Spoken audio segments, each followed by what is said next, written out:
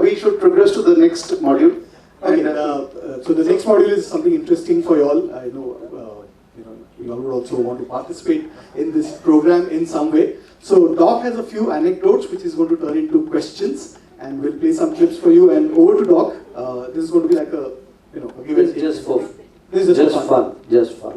Yeah. So, sorry, I just wanted to interject. I wanted to tell you that you just heard Dr. Chandrasekhar Rao say that I don't know why the original alap of Kanto se Khiich ke Aanchal was old. Perhaps he guessed that it may have been because the situation of the movie demanded something else. There were not very many instances where he had to guess, because he had the opportunity to ask these kind of stars what exactly was the reason, and he's going to share a few anecdotes from his wonderful experiences. You can share your story. So we don't have a video to confirm, but of course it is Dilip Kumar. So I've had, now see, I am no journalist, but because I did a long stint in Dubai for 36 years, and I did a lot of freelance writing, I had the opportunity to meet these famous people whenever they came, on the pretext that I was a press reporter. So, but Dilip Kumar's case was a little bit special, because one of my very close Arab doctor friends, his father was the regular host for Dilip Kumar and Sarah Banu whenever they used to visit, and they would have me over. So I got a chance to just sit and chat informally in their living room. So one of the questions I asked him was about this song. I said, do you recall this song? And to my amazement, he straight away sang it on the spot. This was just a year or two before, unfortunately, his health and his mental faculties declined, but he could remember the tune and the words. Now, as he told me, and as also recounted to me by Salil Chaudhary, that he was a nervous wreck because of the prospect of singing with Lata Mangeshkar. And she was, of course, very close to him, and they were like brother and sister. So she decided to go all out and unleash her taans and her murkis. She didn't spare him. She made his discomfiture worse. And what Mr. Salil Chaudhary told me, which Mr. Dilip Kumar did not tell me, was that it took 2 or 3 quick swigs of, let's say, an aperitif to get him going finally, and before the final take happened. So that's the story behind this particular duet. Well, now you know what aperitif it was. We were focused on showing you that recording snapshots. I did. That's a picture of That's Lata and Dilip Kumar, of course. recording for Musafir. So yes, lots of brownie points too.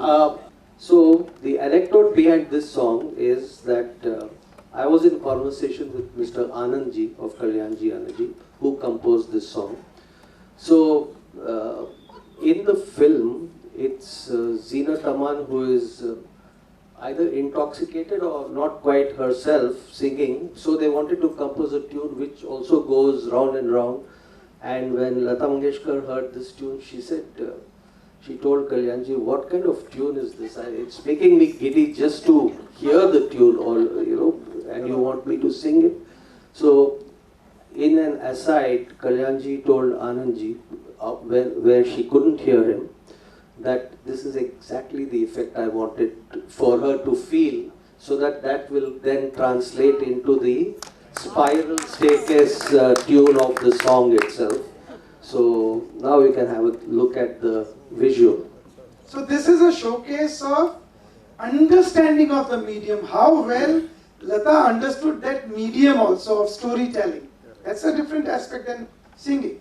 I had once asked Mr. Chaudhary, whom did you get to play those very intricate and difficult sounding pieces? So he was happy at the question, because they had auditioned 2-3, but they couldn't perform the way he needed them to. So he played it himself. So the harmonium pieces are actually played by Mr. Salil himself. And this is of course a mujra, but if you see, there's a folk format for this particular song. In Maharashtra, that folk format is Turra Kalangi. In Kolkata, that folk format is Kobar Ladai.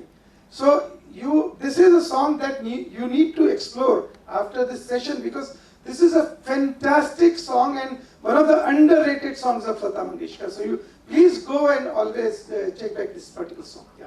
Yes, as I mentioned earlier, not only just the popular songs and taking you down the memory lane, but we'll also discover quite a few gems which may not be heard so very often.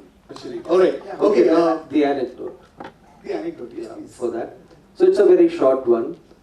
This was told to me by Mr. Pyarelal that slightly technical. This song is in Rag Kalavati, which does not have the note Madhyam. But when she comes down by saying Payal Jhanjana Ke, the word K rests briefly on the Madhyam, but it is done so beautifully that no one feels a jarring effect that it is out of raga. And this suggestion to include the Madhyam was made by Lata Mangeshkar herself. So she had her own inputs. She would improvise even during rehearsals, even during takes. So these are all additional facets of her talent. Like every category of songs, whether it's classical, whether it's the romantic type or any other category, she also has so many very popular and such lovely prayers and devotional songs. We just played one sample of the Ganpati songs, but pretty much anywhere in India, Ganesh celebration is incomplete without a Lata Mangeshkar song, as we all know. Speaking of such devotional songs, केवल एक छोटा सा comment है मेरा. हमने मीरा को नहीं देखा, but we were fortunate that we could see and hear Lata Mangeshkar, and we can feel how मतलब मीरा कैसी होगी, कैसा गाती होगी, क्योंकि लता becomes the modern Meera of our times, and the way she puts her soul in these prayers. Just check the song Allah Tero Naam, Ishwar Tero Naam, and that cut across the religion. It is so popular. It is a song for every religion. Nirguni bhajan. Yeah, Nirmohi bhajan. And then in every big match, World Cup, T20, wherever India is losing, starts getting lots of batsmen getting out and not chasing the totals, we start singing O Palan Hare, Nirguna Nyare, Tumhare bina hamara koi nahi. So this is how she connects to us. Yeah, you can also sing that before exams if you're not very well prepared. Yes, indeed. Yes. This is our default setting voice. I remember my mother telling me that this is the voice of divinity of the subcontinent. It cuts across faiths. She has Shabd Gurbanis, she has Kali Bhajans, she has Bhojpuri songs, devotional songs, she has Gujarati Ambe Mata songs, so many, and it's remarkable. And what Pawan just prompted me to say was that, remember, he was talking about there was a time when S.D. Burman and Lata Mangeshkar did not work for a period of 3 to 4 years. That was the time when Jayadev was S.D. Burman's assistant.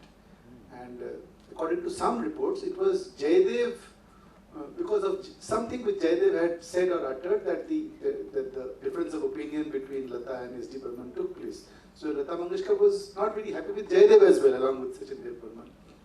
But when Hum Dono was shot, or the songs were recorded, Lata Mangeshkar agreed to sing these two songs. First of all, for the inherent beauty of the melody and the lyrics, Sahil Ludhianvi's lyrics, Jayadev's music.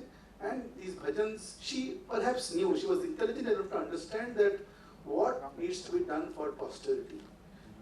If this kind of a bhajan is recorded in her voice, that will remain timeless forever and ever and ever. And I think that's one of the reasons. And speaking of this particular bhajan, if you see the structure of this, the classical, if we speak in the language of music, so Mukhra and stanza are composed in the same manner, just one scale higher. Right. They've transposed the melody of the Mukhra and the Antara has been created for it. Is the same thing if you see, if you sing it. So the O Jag ke Rakhwale is same as Allah Tero Naam. But yes, I mentioned initially that honey dip voice is what first comes to mind. this is what also joined first along with a devotional aspect about singing.